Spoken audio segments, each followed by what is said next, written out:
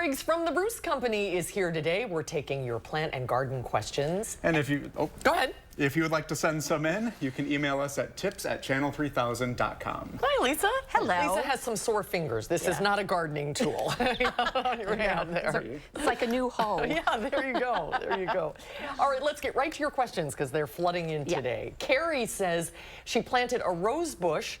It's been in the ground 3 weeks, but it is not growing or blossoming. Well, I'm not surprised it's not growing. It's going to establish before it does much growing. And it might be just in the middle of bud production. So if there are like spent flowers on there, cut those back. And, you know, it may or may not have flowers this year, but it probably will for next year. Okay. Yeah. Gloria wants to know if she should fertilize her potted plants to keep them from flowering. Okay, so if we're talking about house plants, then you could use sort of a broad spectrum even fertilizer now would be fine. If these are like flowering annuals that are in pots, then yes, they definitely need to be fertilized so that they keep flowering. That's why you would want them to do that. And so I would use any kind of bloom boosting fertilizer that's water soluble. That's the easiest to use because you can just spray it right on the plants. Doesn't matter the brand? No, we have Jack's, Miracle Grow. There are lots of different ones. Okay, great. Marianne says her magnolia has scale. Yes. What is scale? So magnolia scale is a little insect that that is on young twigs, and it sucks out the sap and juices out of the young stems, and but it protects itself with a coating, so you can only spray for it a couple of times. So I believe, and please email the plant desk because there's a schedule. There's a certain time when you spray it for the crawlers, which I think is coming up, and then you would put a dormant oil spray on it to suppress any eggs that are around. And that's the way you can combat it. And if you have magnolias, I would certainly spray with the dormant oil spray preventatively because it's become a scourge of magnolias. She's wondering if she can do that right now, or just check with the plant desk because I don't remember off the top of my head the timing for the crawlers. I think it's sometime in August, like August, September. But check with the plant desk; they can get the schedule to you. Okay. And what's the plant desk email?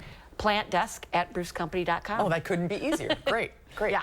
All right, we will continue with the magnolia theme. Sure. Dave wants to know if he should fertilize his magnolia and when should he trim it. So fertilizing magnolias, if it's healthy, I don't think it's necessary to fertilize it.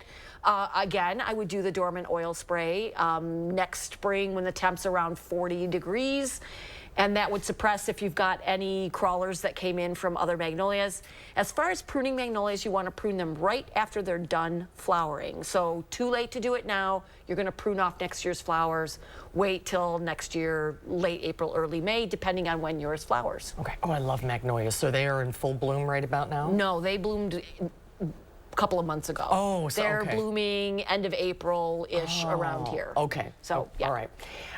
Sandy wants to know how to get rid of crabgrass in her flower beds without hurting the plants that are in there. Okay, so crabgrass is an annual grass, so you can combat it 2 ways. The first thing you can do is get a selective grass killer, like Grass Be Gone.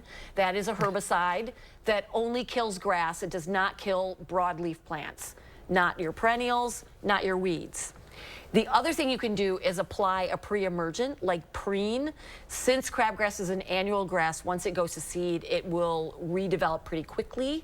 So you'll want to put a pre-emergent down next spring. That will help any seeds that are hanging around from germinating. Grass Be Gone. That's a great name.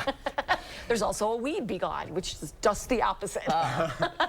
Anne wants to know if you can transplant black-eyed Susans now and if you can cut off the flowers when she does transplant them. So while they're actively blooming, you really don't want to transplant any perennials at all. So wait until they're done flowering and then you can cut them back and move them. If you're going to move them this summer, I would definitely use a root stimulator so that they are sure to get established before winter, or you can do it early next spring as soon as the leaves start to emerge is a good time.